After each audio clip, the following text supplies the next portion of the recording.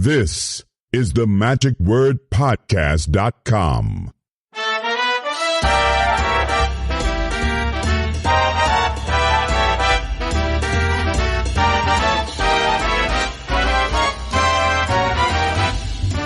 Hello, this is Scott Wells for the magicwordpodcast.com. This week's episode is brought to you by the International Brotherhood of Magicians Annual Convention 2024 in Tacoma, Washington. It's coming up on July the 10th through the 13th, and there'll be more information about that you'll hear a little bit later on in this podcast. And also, if you always go to the convention guide on the magicwordpodcast.com, just click on that tab, you can find out about that convention with a lot more detail, as well as several other things that are happening around the world. So that's the place to go if you're interested in learning more about magic conventions. This week also, I will announce the names of the people who have won a prize, and this will be announced on the back end of this podcast. Actually, there have been two prizes that have been or will be awarded, specifically that Dean Buchek had narrated the book called The Magical Life of Marshall Brodeen, which was written by John Mooring. And he had donated 2 copies of the Audible book to 2 lucky listeners. Let me say 2 lucky subscribers. I was trying a social experiment here. Rather than announcing this contest on the podcast, I had it in the pod letter. So those who have subscribed to the pod letter and who open it and read it and look at it, then you had an opportunity to know about the contest and go to the website and enter the contest. We have been running that for the last couple of weeks. And again, I want to thank all of those who did participate, but again, there are only 2 winners. The names can be drawn. I also, again, want to encourage others who have not subscribed to the pod letter. That's just one of the many reasons why that you should subscribe. And also open it and take a look at that each week. See what's happening. You never know what's going to be happening here on the Magic Word Podcast. I also want to thank my guest here this week. I was in Magic Castle in Hollywood a couple of weeks ago, and I had an opportunity to sit down with a few of my friends while I was out there, and one of them is my guest here this week, Paul Green. He is the first one, I guess I would like to say, that he was green before it was politically correct. And he's been around for a while and has done a little bit of everything, and I have nothing but the greatest respect for this gentleman. And he is just one of the truly nice guys who has never said anything bad about anybody. He had received a special award of merit from the Academy of Magical Arts for all that he does each year with the blood drives that the Magic Castle sponsors, and there are so many other things that he has done within magic. And I think the tips that he gives here this week are really important, that you will learn a lot from him this week. There's a lot packed into this episode, and so I'm just going to move out of the way and let you hear from my good friend here this week. Please welcome Mr. Paul Green here on The Magic Word.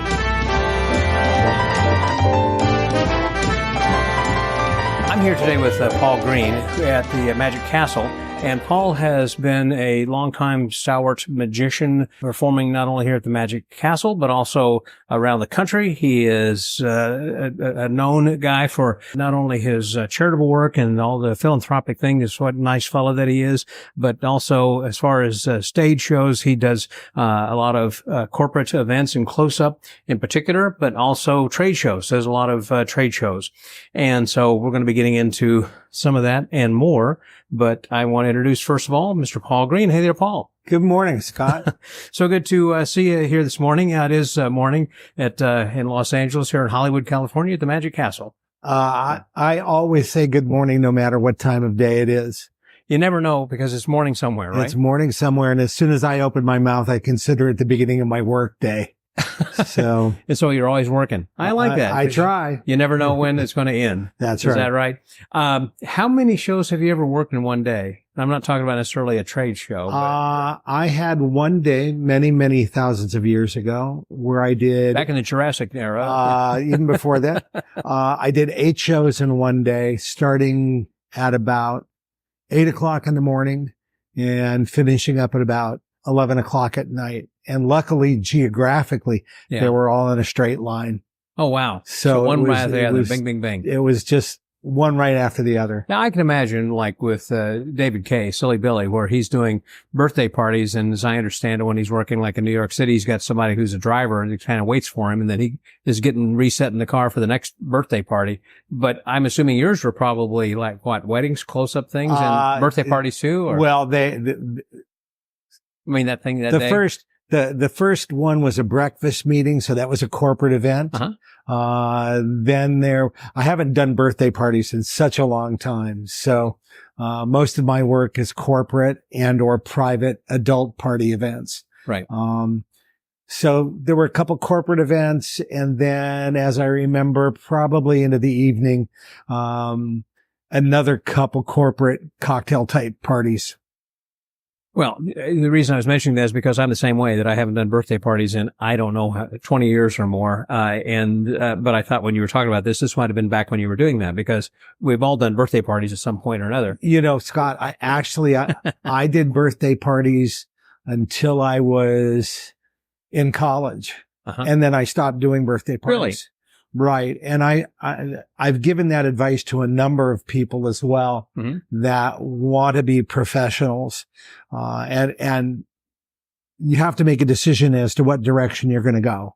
Yeah. And, stopping one particular venue or group.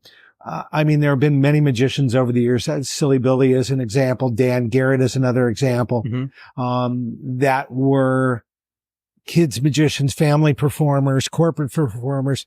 I always decided to burn that bridge.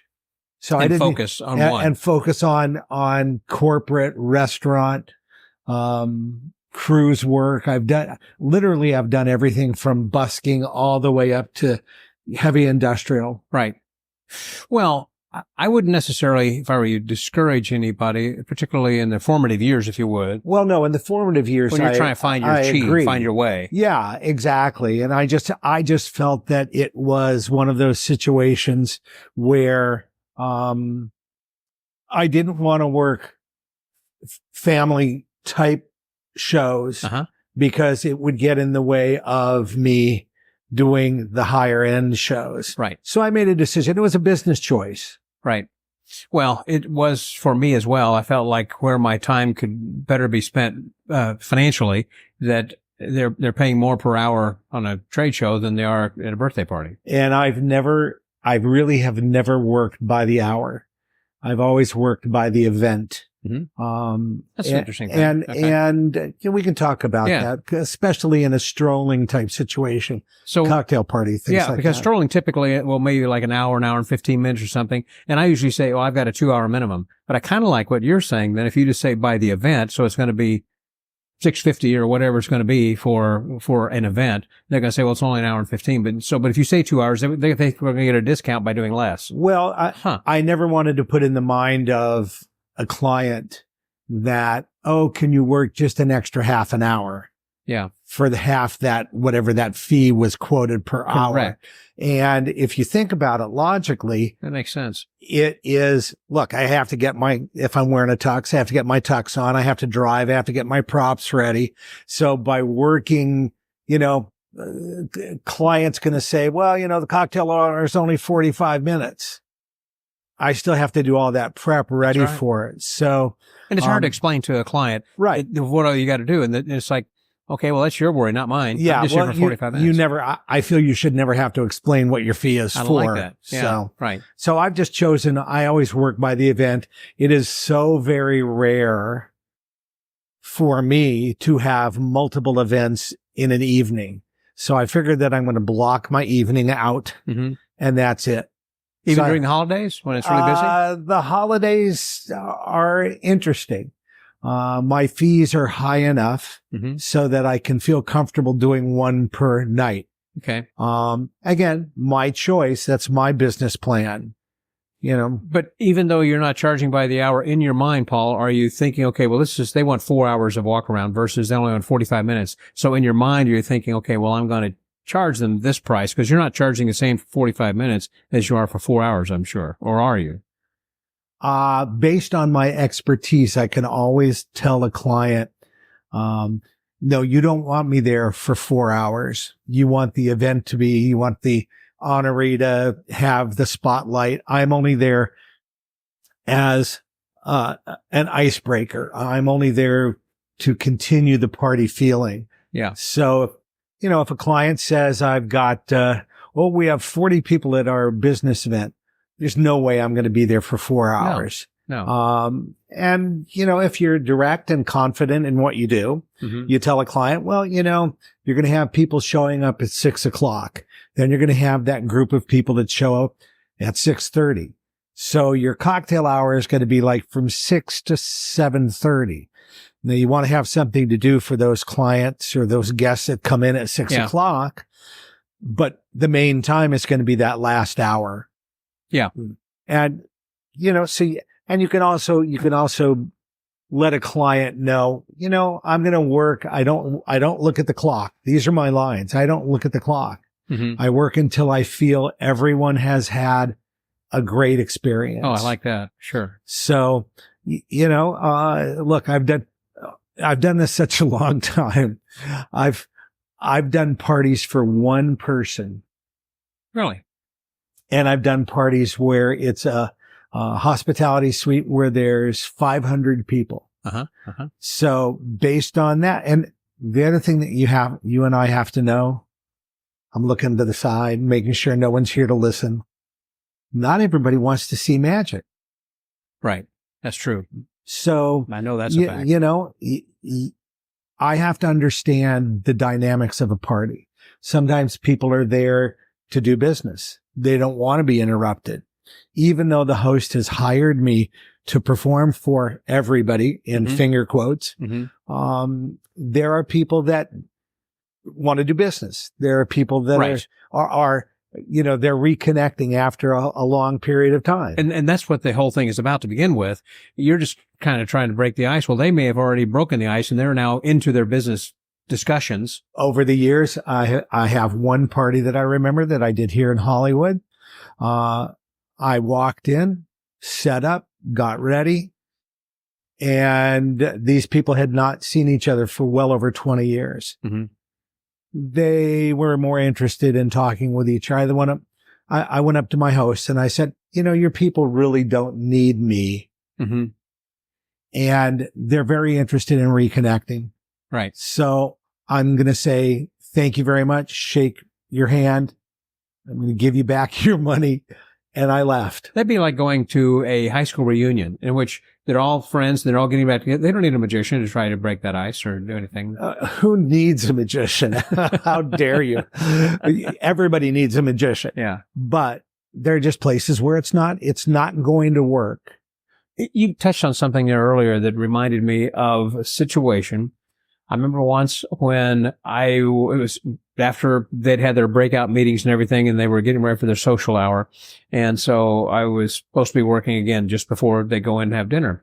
And so as they were coming to the bar, then I was doing some entertaining people who are standing in line or after they had their drinks. I do 2, 3, or 4 people as you normally would.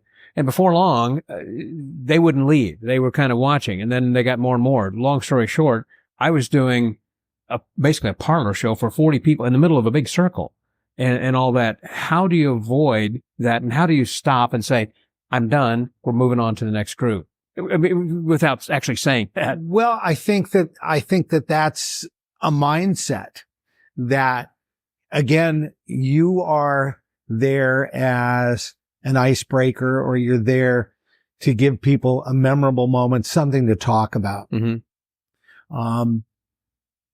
It's almost like working a trade show situation in the sense that I finished my presentation. Now I'm going to turn you over to the booth personnel. Right. So in a social function, you do your final trick, whether or not you get applause or you get laughs or whatever. You thank the people for their attention. Right. And then you move.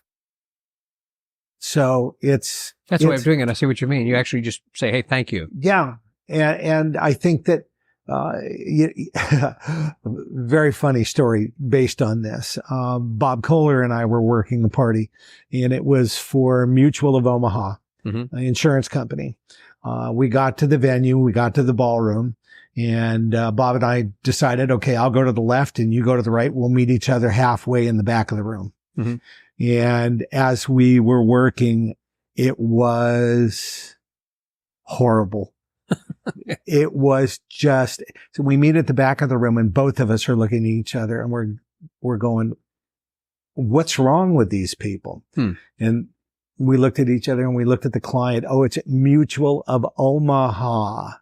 These people were from the Midwest, Correct. Nebraska. Right.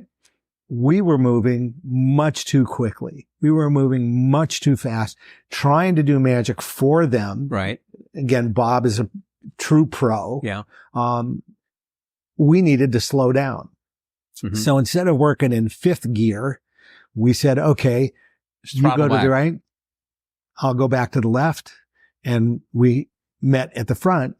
We slowed down. We just slowed down. Yeah. And it was like night and day. These people were laughing. They were enjoying themselves. They were slapping each other on the back, high fives going up. And it was just by realizing that that audience wanted to be entertained, but not at our pace, Right. at their pace. To know so you got to know who your audience is. Well, that's part of being a strolling guy, is being able to profile Right. an audience as you're going to be working. Right. Yeah. So- Well, it's the same way I think when you work in restaurants that you have when you walk up to a table and you're going to be talking whether you have a family or you have to recognize there are a couple of people having a business meeting and you don't want to interrupt that. I remember one time when I was working in a restaurant and there was a man and a woman talking. Apparently they must have been having a serious conversation because when I walked up, the lady was so thankful that I was there to break the action and he was just the opposite. In fact, he got up and left and went to the bathroom. Oh my. And then I did 2 or 3 things for her and she was just laughing and applauding, having a great time. And then he came back and stood there and looked at me and he threw down some cash and it's kind of like, are you done? Take this and get out of here. Exactly. Well, it could have been a first date. It could be too. Well, working restaurants, I worked in one restaurant in Beverly Hills for over 25 years. And you meet these groups and you have to evaluate automatically. Mm-hmm. And sometimes you walk right by a group because you just don't get the vibe that they want to see anything. Right. And then you get the group that looks up at you and goes, when are you going to come and visit my table? Right. And just because you didn't get the vibe doesn't mean that they don't want to see you. Mm-hmm. So, that, and that's a skill that has developed over the years, obviously. We were talking about kids' parties earlier then as well. I think one of the important things of working children's events, even if you decide later not to do it, is to not make that decision too early that I don't want to do this. I want to follow the money. I want to go work cruise ships, trade shows, whatever, where the money is. You still, I think, need to develop those chops because if you're working restaurants or you're in a cruise ship or wherever you are, there will be children there and you need to know how to interact with them and what kinds of tricks work for them versus adults. Yes. Because, okay. I'm sure you had that occasion. Oh, of course. And my background, for those that don't know, I was a substitute teacher. Oh, I didn't know that in the Los Angeles Unified School District. And I did that very specifically because I wanted to have the freedom to take 2 weeks off. Yeah. And that's what I did. But learning how to work, I was an elementary school sub. So learning how to work with all kinds of kids from kindergarten and in my case to 6th grade. Actually, I even worked in middle school. Mm-hmm. Gave me, and then also through high school, I worked at day camps and things like that. So I knew how to work with kids. Right. But I've always treated kids need to be treated with a softer glove, softer hand. Even when they're teenagers and they think they know everything. Mm-hmm. Again, you have to meet them on their level.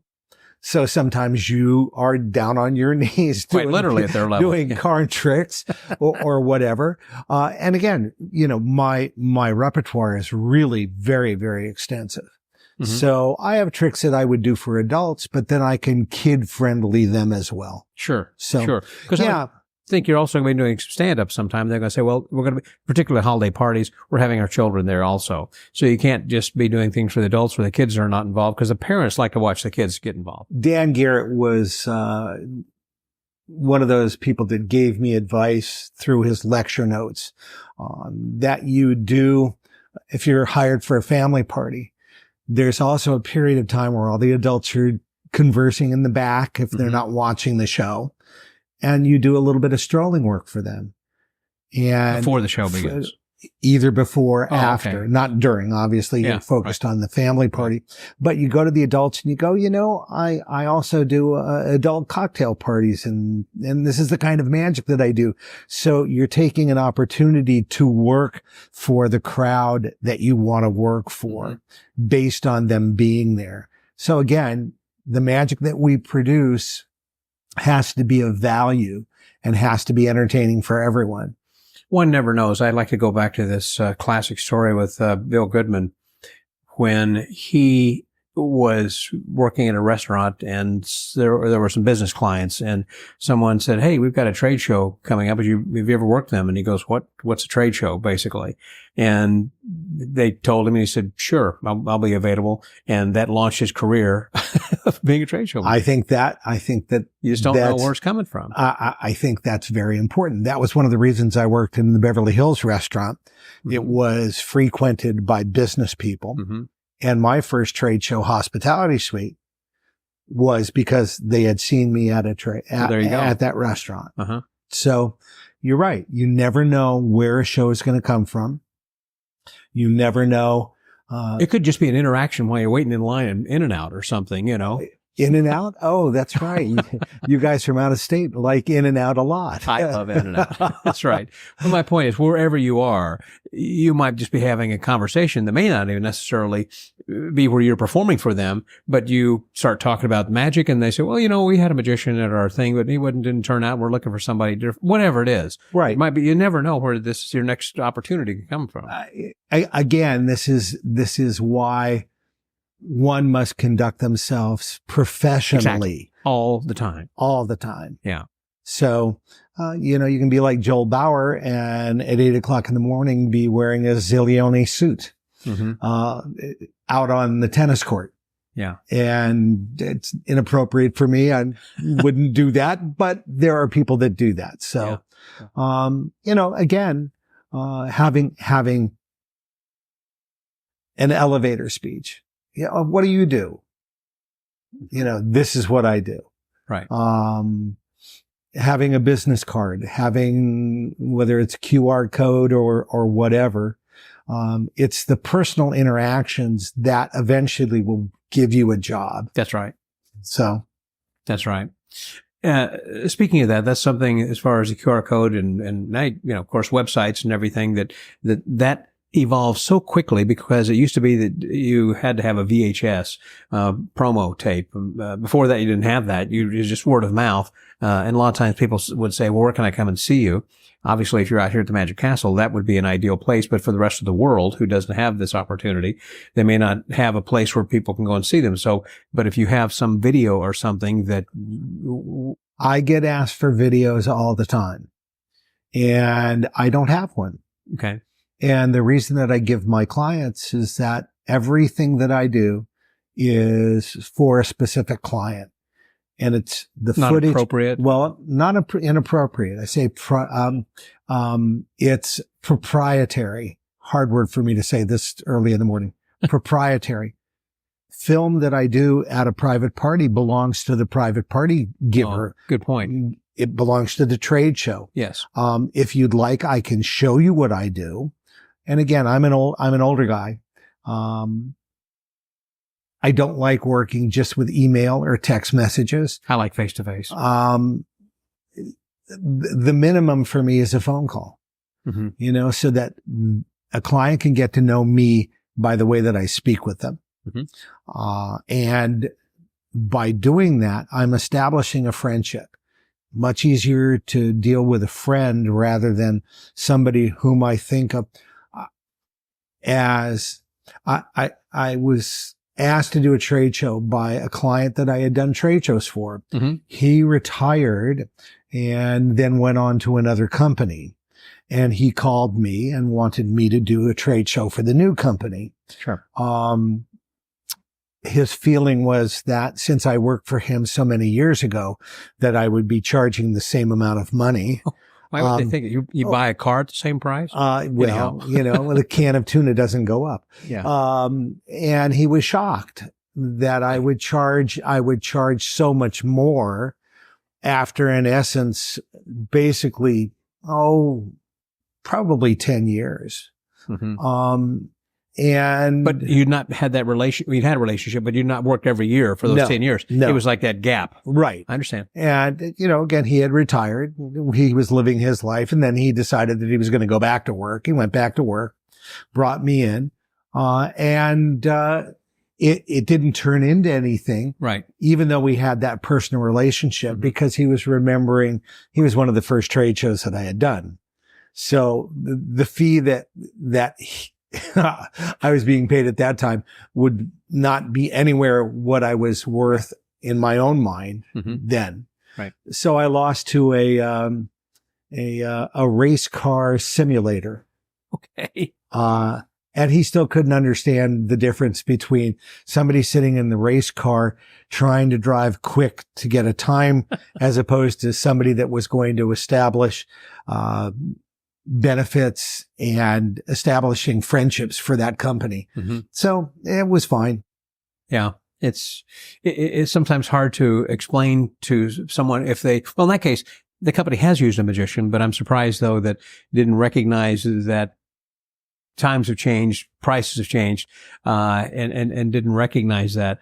I was going to a company one time that there was a fellow who was sold on me to begin with, and he wanted to try, and he was actually a consultant, I guess, marketing consultant. And so they pretty much did whatever this guy told them, except they'd never used a magician before. So they weren't too sure they wanted to have me. So, he arranged for this meeting, and you could tell how the people had their arms crossed to begin with.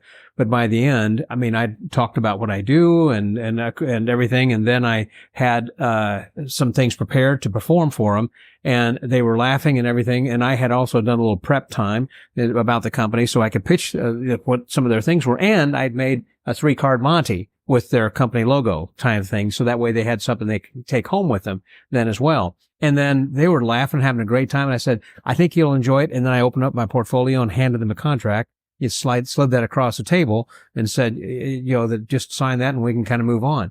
But this guy who had originally, I already had the in with him, but with the rest of the people who had to go from uncrossing their arms to welcome me with a hug, like, yeah, this is great. What do we need a court jester for at our booth? Exactly right. Well, and beyond that, there was one company I had ultimately worked for who originally were put off thinking, we don't want to bait and switch. We don't want people doing card tricks because they think of that as being a con man, and we're not in that kind of business. We're going to be here tomorrow. And it's like, okay, let's get over this right away. Well, again, this is mindset and the definition of what you are as a trade show. The term is infotainer that is being used by a lot of guys, is the fact that you become part and parcel of the sales force and that you're a representative of, and the biggest compliment that any of the trade show guys get is, how long have you been with the company? Right. And you go, oh, no, I'm a hired gun. And they go, well, you know more about the company than that guy overseas. I actually had a president tell me that of the company one time, in which he was saying, you know more about this than what my guys do in here. Well, this is called due diligence. Yeah. And you learn about your company, and that's actually step number 2. Step number 1 is getting that phone call to those people that are going to be there. Yeah. So have you ever thought about, or do you use a personal assistant? And I'm talking about something, they have those things online where you can get like My Man in India or something like that, where they can kind of do research. I have never done that. You know what I'm talking about, though. I understand it. Again, you're calling somebody who's a consultant that will get you that information. Right. I think it's easy enough with the internet now to get that information. No, you can get that. But by giving it to them, letting them, well, let's say, for an example, there is a venue that's a convention hall, and you can see online all the conventions for the next year and what companies then are going to be with each of those different types of conventions. But to contact all them, it takes a whole heck of a lot of time, And so let somebody else do that. That's what I'm saying. Well, I've heard that other people do that. A lot of people do that for private party work as well. You have to talk to my agent, quote unquote. Yeah. And the agent is the person that sets the price and whatever. So that high price comes from an agent, not from you directly. A lot of people use their spouse, their girlfriend, or their boyfriend to do that. Under an assumed name. A friend of mine was very successful in doing a lot of school shows, in which he had actually, it was a next door neighbor lady who was, wasn't his agent, but really kind of his bookkeeper, and also kept his records and booked him, helped him on the shows, et cetera, as far as back office goes. But when they would go to talk to principals, the two of them would go in, but when it came to money, then he would stand up, leave the room, and then she would talk about the money. So this way that she would say, oh, well, it's going to cost such and such. And so, well, I'm going to have to go back and talk to him. And that's a very professional way of doing it, I think. I think so. It's not anything that I've ever done.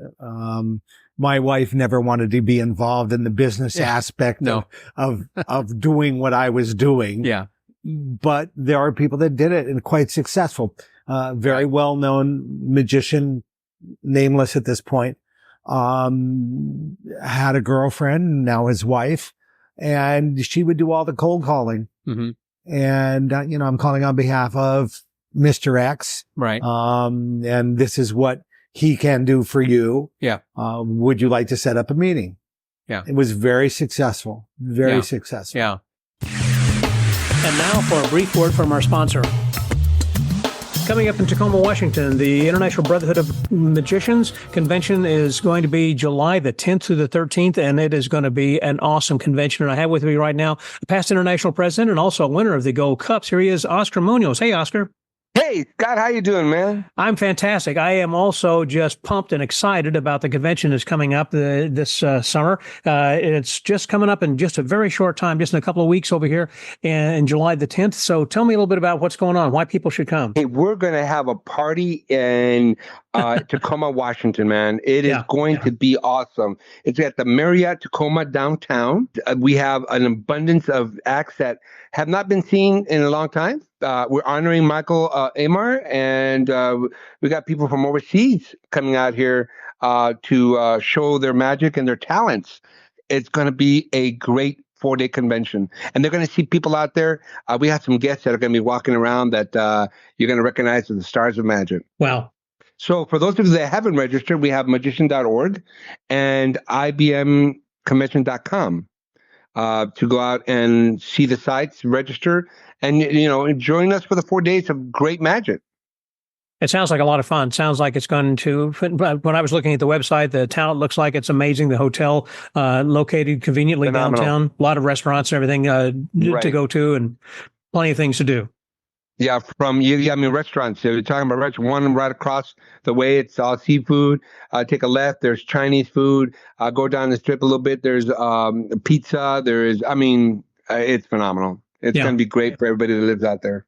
And I know that, again, the talent that you're going to be bringing in, as you said, you're going to be having Michael Amar as the guest of honor, but then there'll be a lot of other people from all over the country coming in, the world. And overseas from the UK. Yeah. Yeah. We're going to, and we also are debuting Sean Farquhar's Lost in the Shuffle.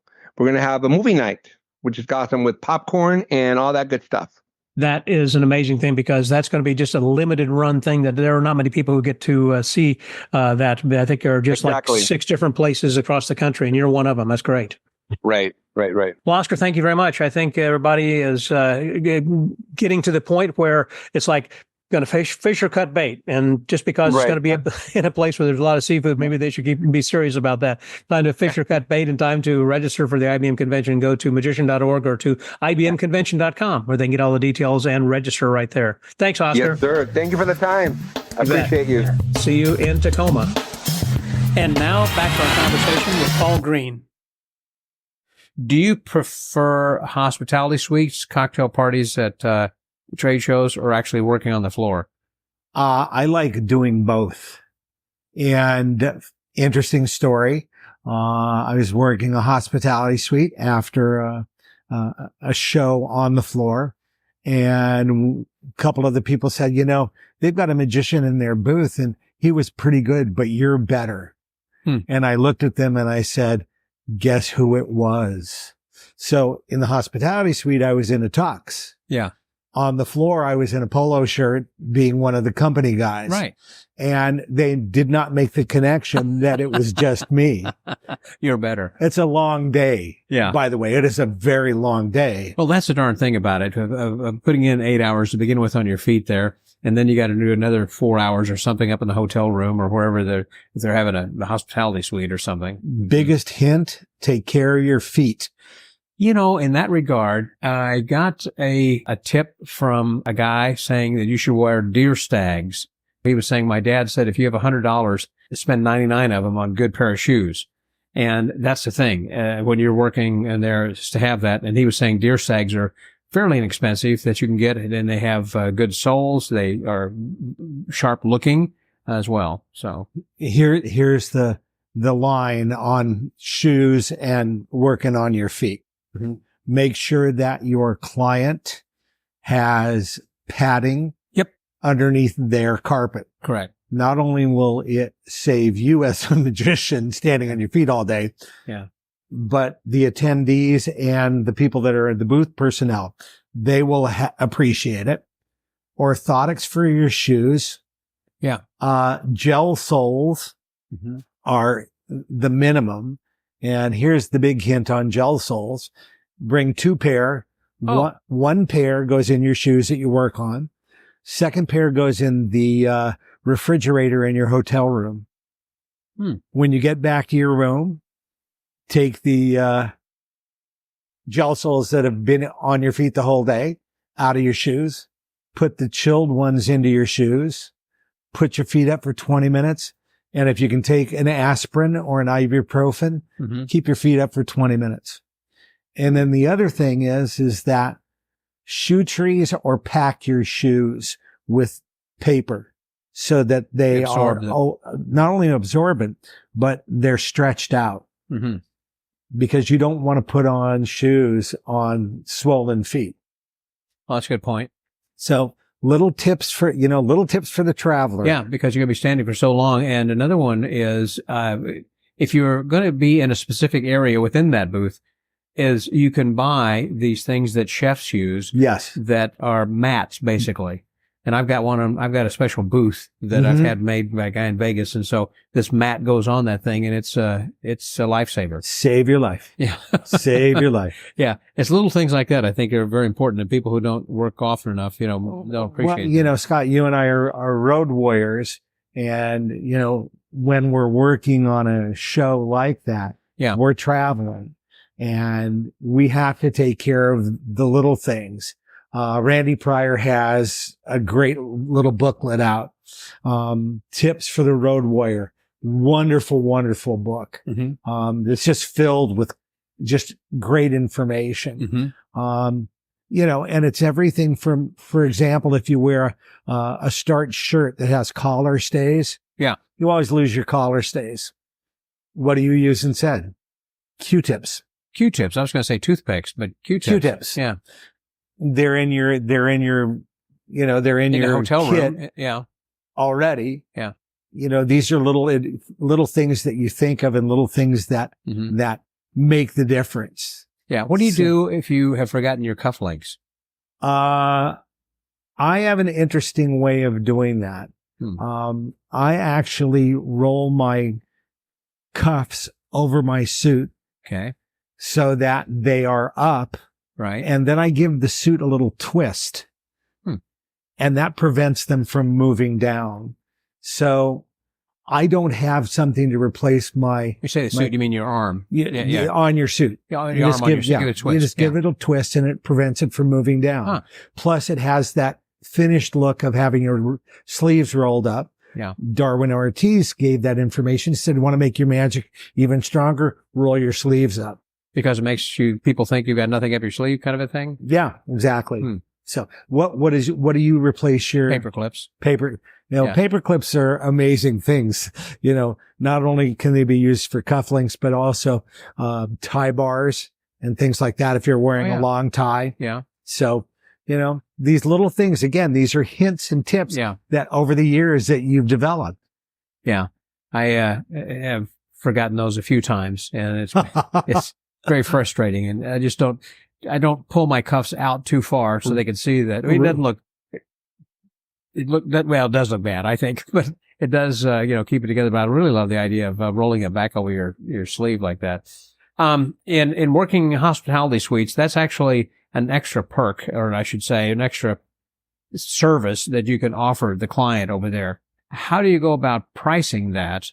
If they remember, I work by the event. I consider a trade show. So the 3-day event, you throw that in there with that will be an additional thing that I would mention. Okay.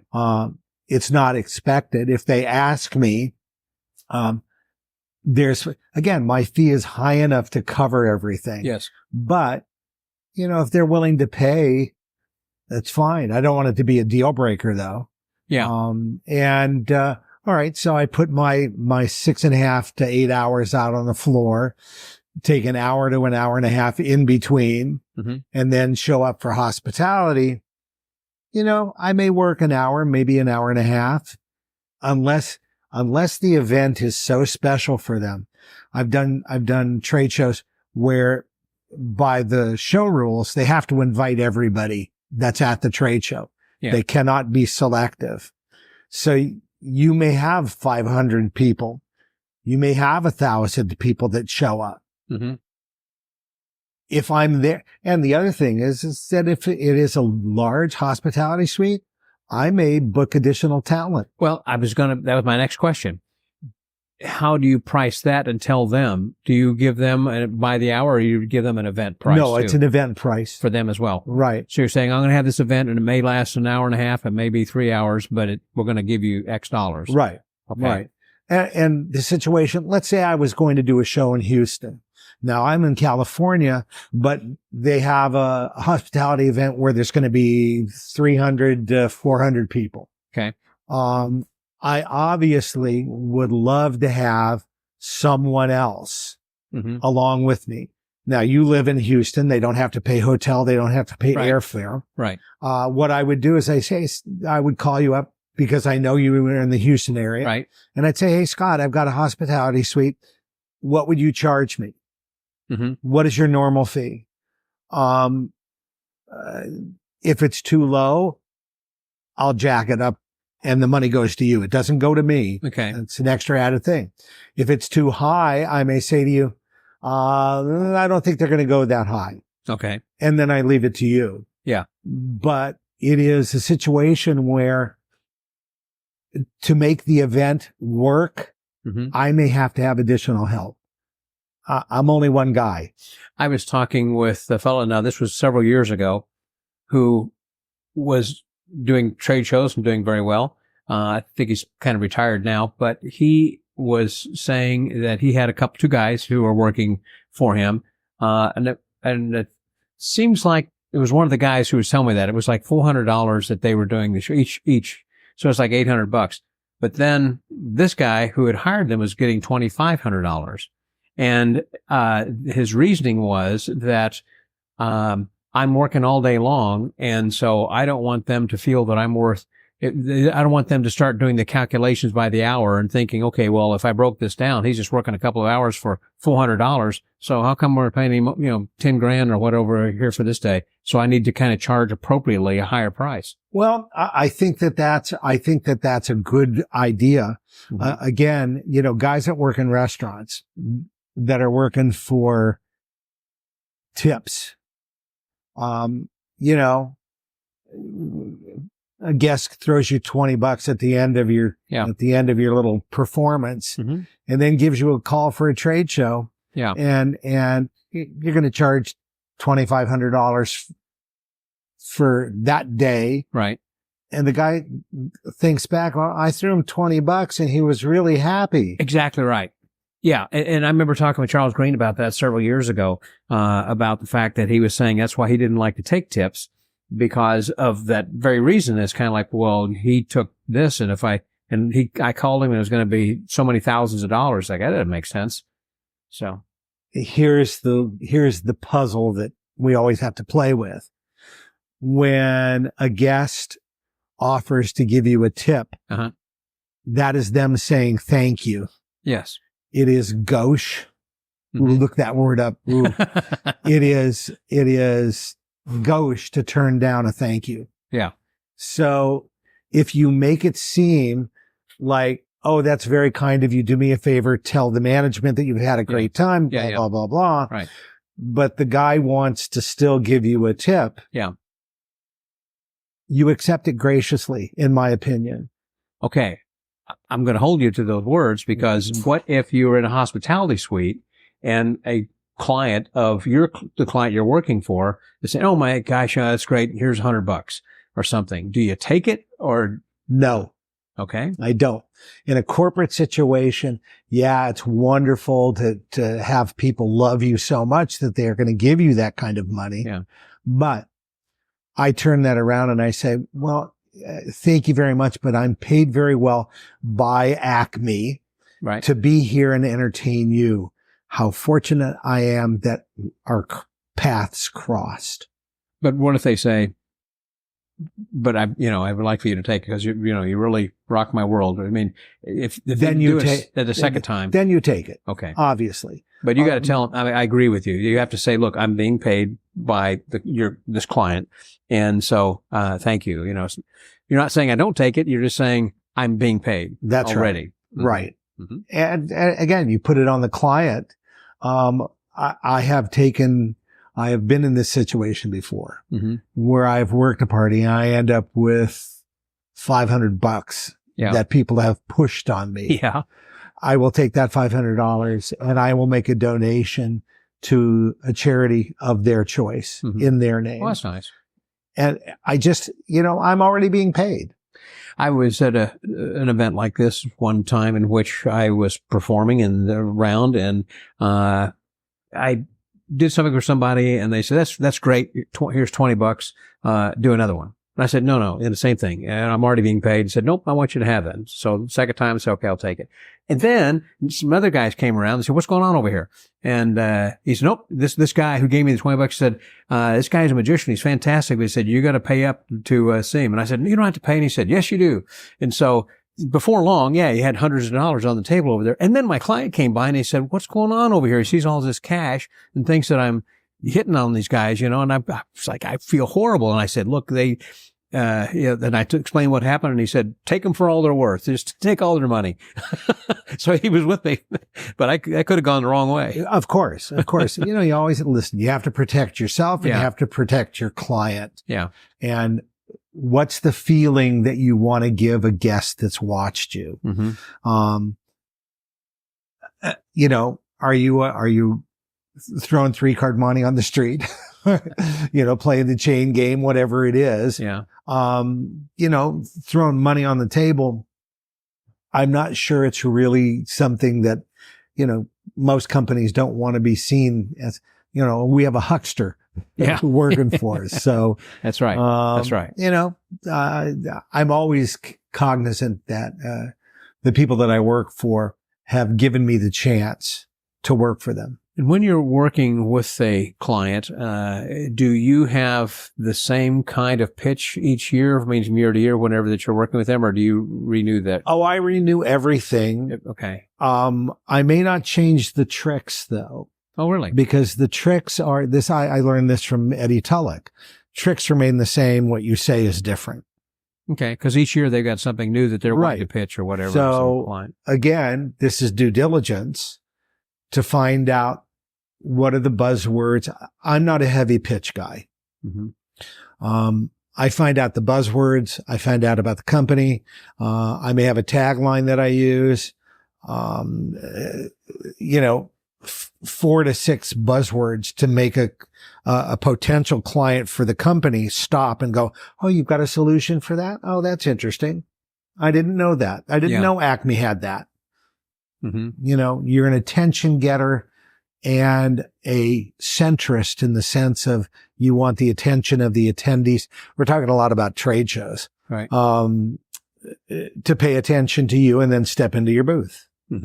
So, these are, I will tell you that in my opinion, that those people that are buskers, street performers, are acquiring the skills that they will eventually turn into trade show infotainers.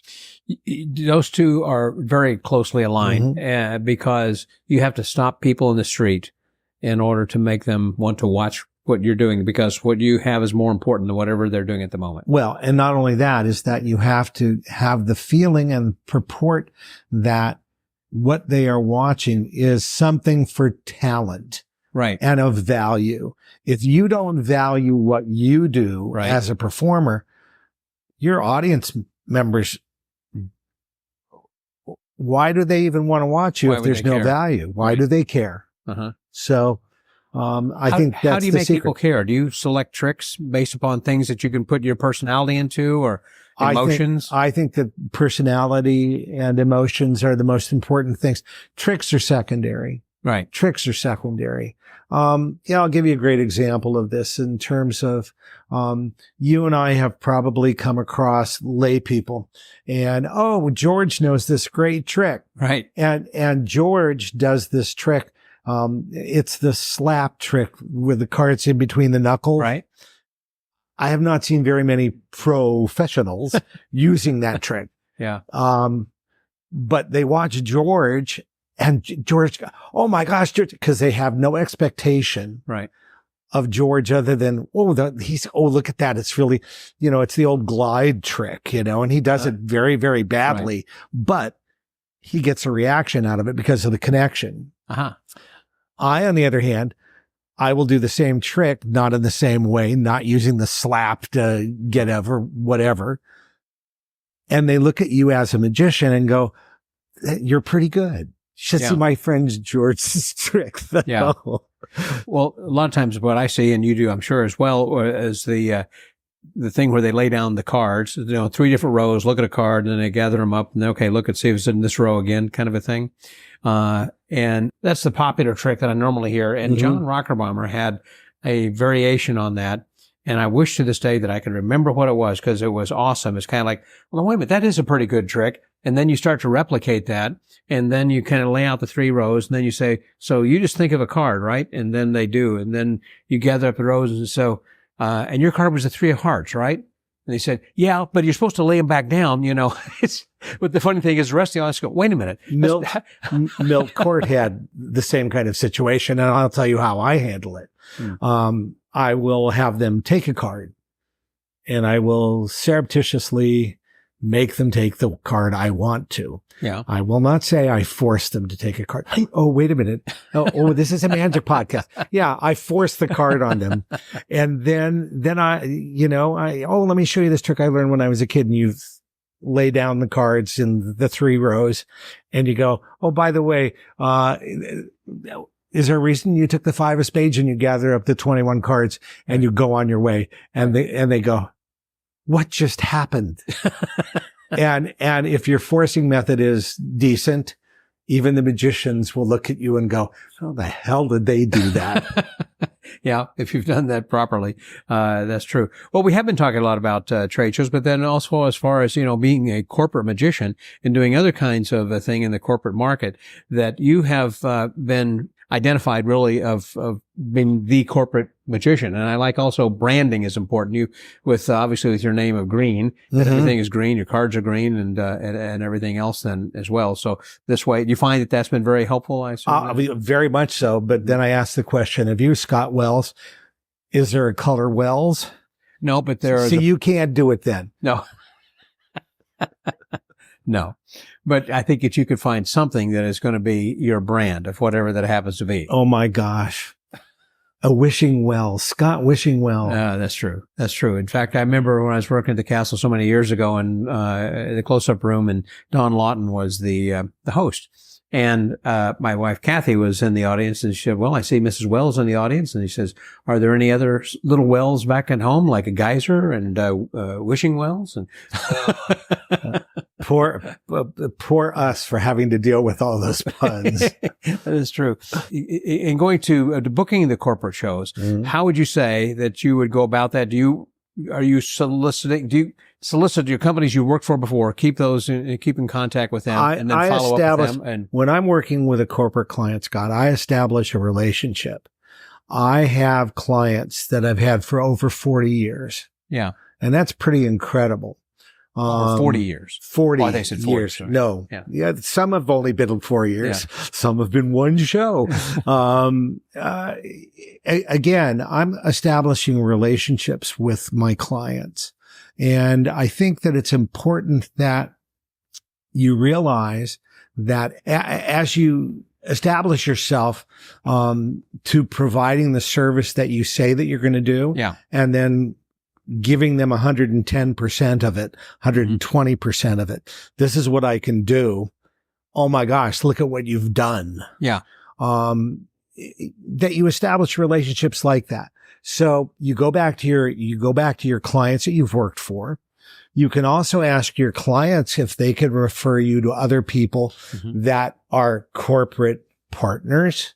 And then again, the idea of having a business card with you, an elevator pitch, whatever, to establish that this is a service that you can provide.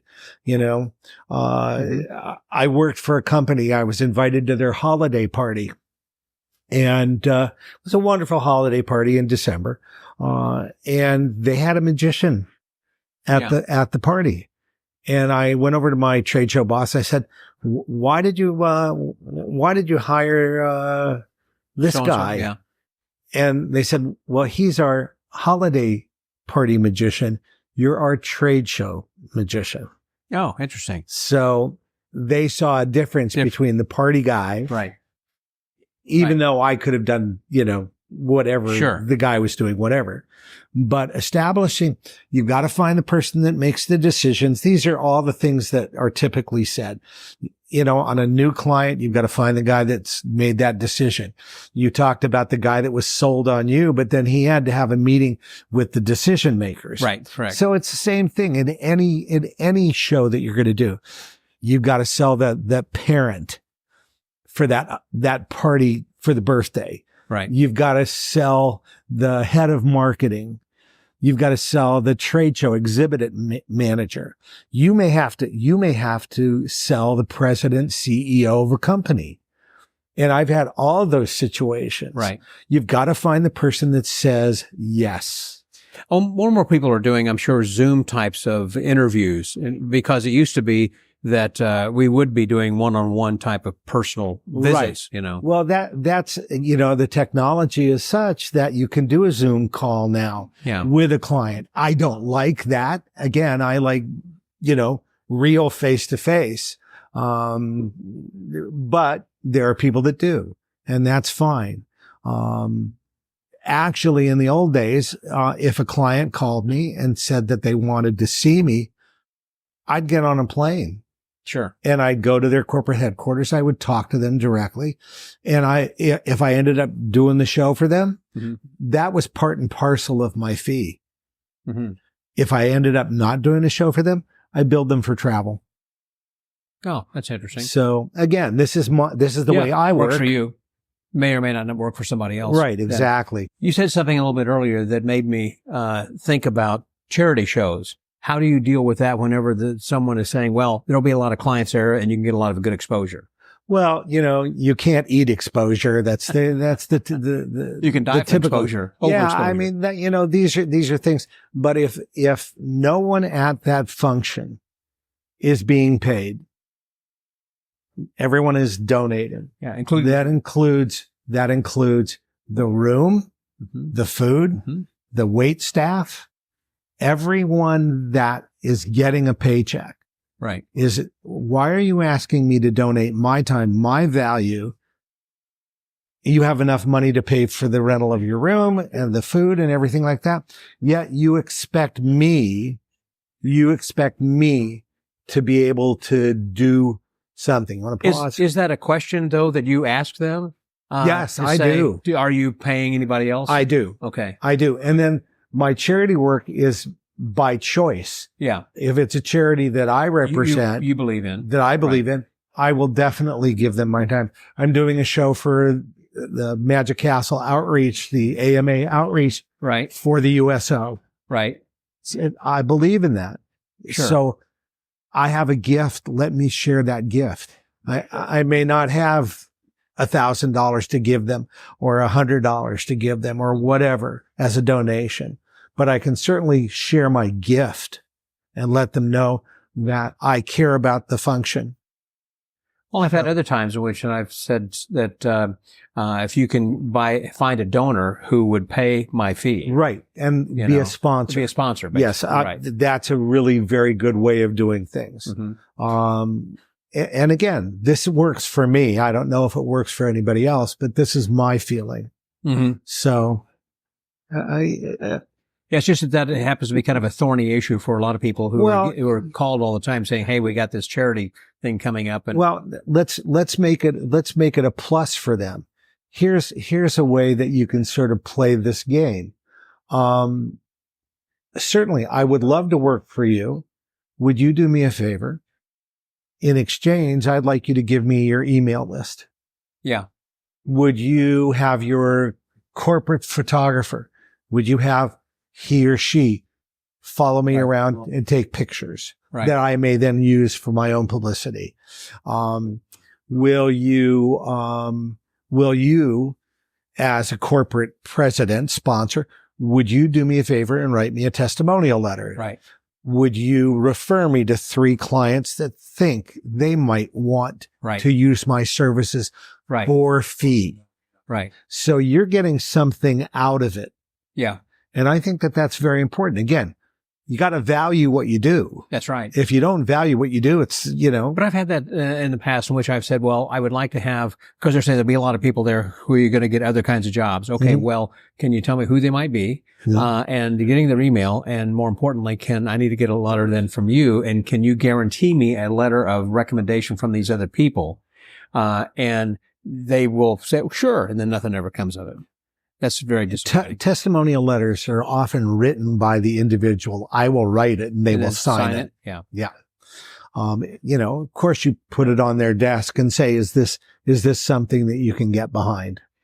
Years ago when I used to be able to send out those brochures and all kinds of things, there was one fellow who had these testimonial letters, and this, like, from whatever the company was, of Johnson & Johnson or something, it'd be on their letterhead. And they'd say, well, you want these things returned because they look like they were originals. He said, no, I get them all the time.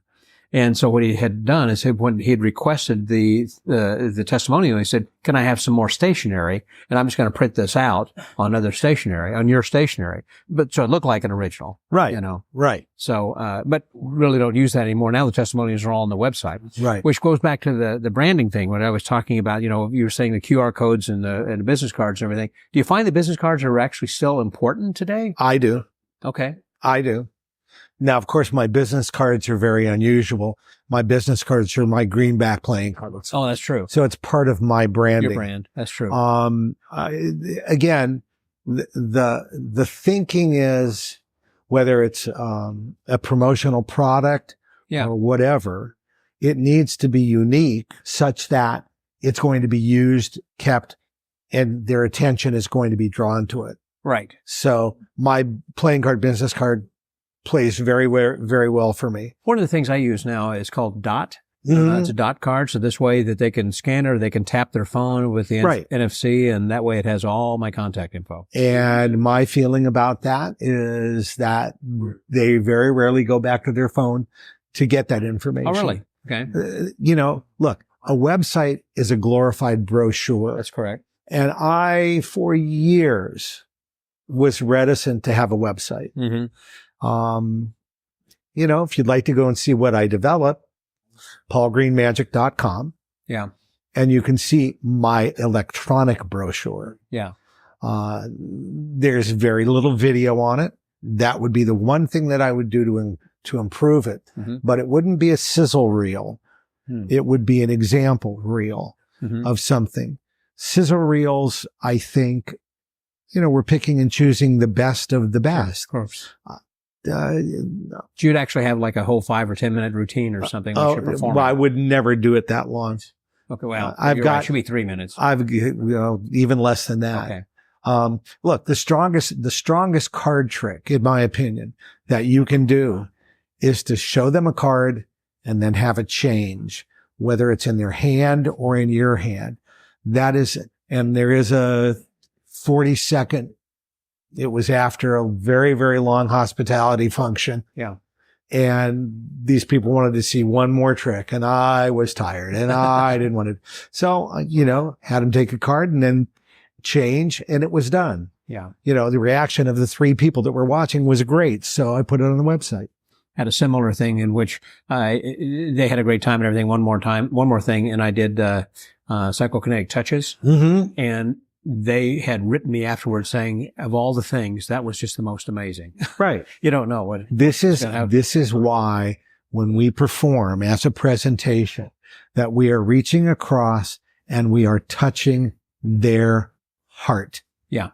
We make a difference, whether it's for 10 seconds or whether it's for 10 minutes. Yeah. Or for the rest of their lives.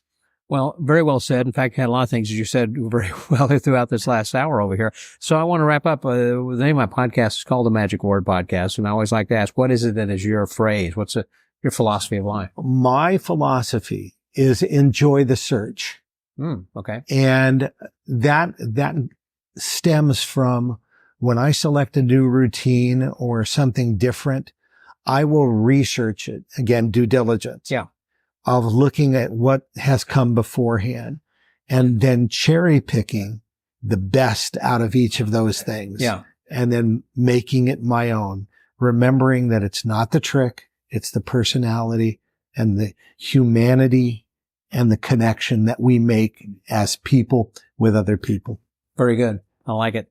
Thanks very much, Paul. It's always good talking with you, and I'm glad we had a little in-depth conversation. Oh, Scott, it's been my pleasure. We've known each other for such a long time. Right. I've always admired you. And, well, that's misplaced, but I appreciate it. And, if you want to learn how to force a card, contact me. And then get hold of you at paulgreen.com. That's right. paulgreenmagic.com. So over the Magic Word Podcast. That was Paul Green. Scotty out. Oh, wait a minute, Scott. May I say that, please? Yeah. For the Magic Word Podcast, Scotty out.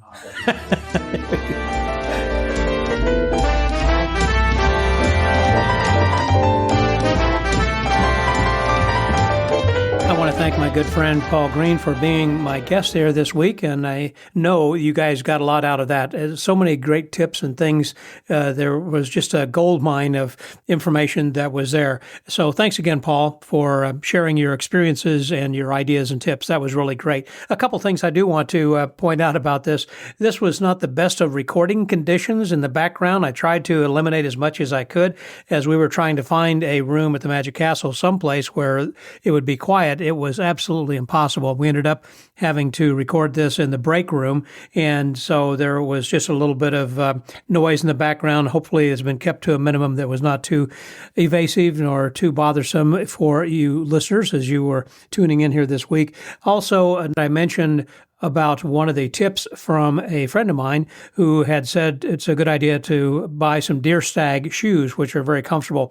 His name is Eric Henning, who is a great magician out in the Washington, D.C. area, and he has a wonderful set of lecture notes called Tips, T-I-P-S, and it is just chock full of all kinds of ideas, one of which was that tip which I just gave you that was passed on from him about making sure that you have a good pair of shoes.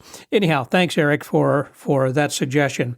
Well, I think it's about time for us to announce the winners for this week's contest. And again, I want to thank those who had actually subscribed to the pod letter and opened and read the contents. So that's way that you knew there was a contest going on. And then you went to the website, made that little bit of an extra effort to register and enter the contest. And the winners are Ken Schwabe and Kent Cummins. Congratulations, guys. Thanks again for entering the contest, and I will send you that link for the Audible book, which you'll get a code for Spotify where you can download and listen to the book, The Magical Life of Marshall Brodeen by John Mooring. So thanks again for entering the contest and for reading the pod letter. Those of you who don't subscribe, I encourage you, if you would please, just go to themagicwordpodcast.com. There you'll see a place where that you can subscribe. There should be a little pop-up that'll say join our pod letter, and it doesn't take much. Just put your name and email address, and you'll get it there each week.